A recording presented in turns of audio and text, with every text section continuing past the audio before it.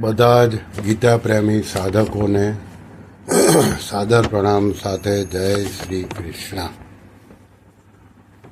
આપણો વિષય છે અહંકાર. સામાન્ય રીતે આપણે ઘમંડને અહંકાર કહીએ છીએ, પરંતુ અધ્યાત્મની ભાષામાં આ શરીર હું છું આવી જાતનું શરીર સાથે તાદાત્મ્ય માનવું એ અહંકાર છે. આપણે પહેલાં સમજીએ અંતઃકરણ. અંતઃકરણમાં મન, બુદ્ધિ, ચિત્ત અને અહંકાર. મન છે સંકલ્પ વિકલ્પ કરે છે.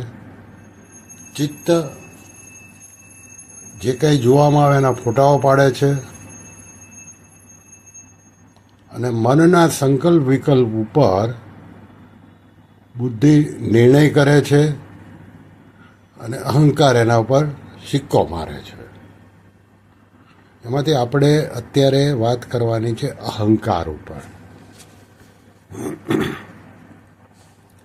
તો આ શરીર હું છું આવી જાતનું શરીર સાથે તાદાત્મ્ય માનવું એ અહંકાર છે. શરીર, ઇન્દ્રિયો, મન, બુદ્ધિ વગેરે બધા જ કોઈ પ્રકાશમાં દેખાય છે, અને જે હું પણ છે તેવું પણ કોઈ પ્રકાશમાં ભાન થાય છે. આથી પ્રકાશની દ્રષ્ટિએ શરીર, ઇન્દ્રિયો, મન, બુદ્ધિ અને અહમ એટલે કે હું પણ આ બધા દ્રશ્ય છે. દ્રષ્ટા દ્રશ્યથી અલગ છે, આ નિયમ છે. સ્વરૂપ એટલે કે આત્મા દ્રષ્ટા છે, પ્રકાશ્ય છે. આત્મા જ આ બધાને પ્રકાશે છે. જ્યારે મન, બુદ્ધિ, ઇન્દ્રિયો, અહંકાર તથા શરીર દ્રશ્ય છે. આ થઈ અહંકારની સમજણ. શરીરમાં હું પણ રૂપી અહંતા પોતાના સ્વરૂપમાં માની લીધેલ છે, વાસ્તવમાં છે નહીં. જો વાસ્તવમાં હોત તો આપણે ક્યારેય નિરઅહંકાર થઈ શકતા જ નથી. પરંતુ ગીતાના અધ્યાયના 2:71 શ્લોકમાં સ્થિતપ્રજ્ઞના ગુણોમાં એક ગુણ નિરઅહંકાર બતાવેલ છે. આમ જો આપણે નિરઅહંકારી થઈ જ ન શકતા હોય તો ભગવાન આ કહેતા જ નહીં. દેવાસુર સંપદિ વિભાગ નામના 16મા અધ્યાયના 18મા શ્લોકમાં પણ ભગવાન અહંકારને આસુરી પ્રકૃતિ ગણાવે છે.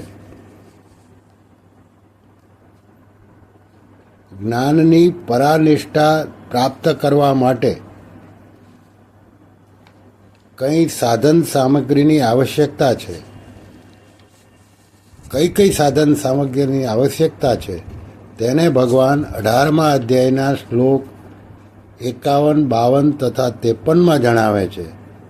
તેમાં પણ અહંકારથી રહિત થવાનું જણાવેલ છે. સ્વરૂપ ચેતન છે અને ઈશ્વરનો અંશ છે. જ્યારે મન, બુદ્ધિ તથા શરીર પ્રકૃતિના અંશ છે, જડ છે. આમાં જે એક જડ અંશ છે અને એક ચેતન અંશ છે. એમાં જે જડ અંશ છે તે કારણ શરીર છે, અને એમાં જે અભિમાન કરે છે તે ચેતન અંશ છે.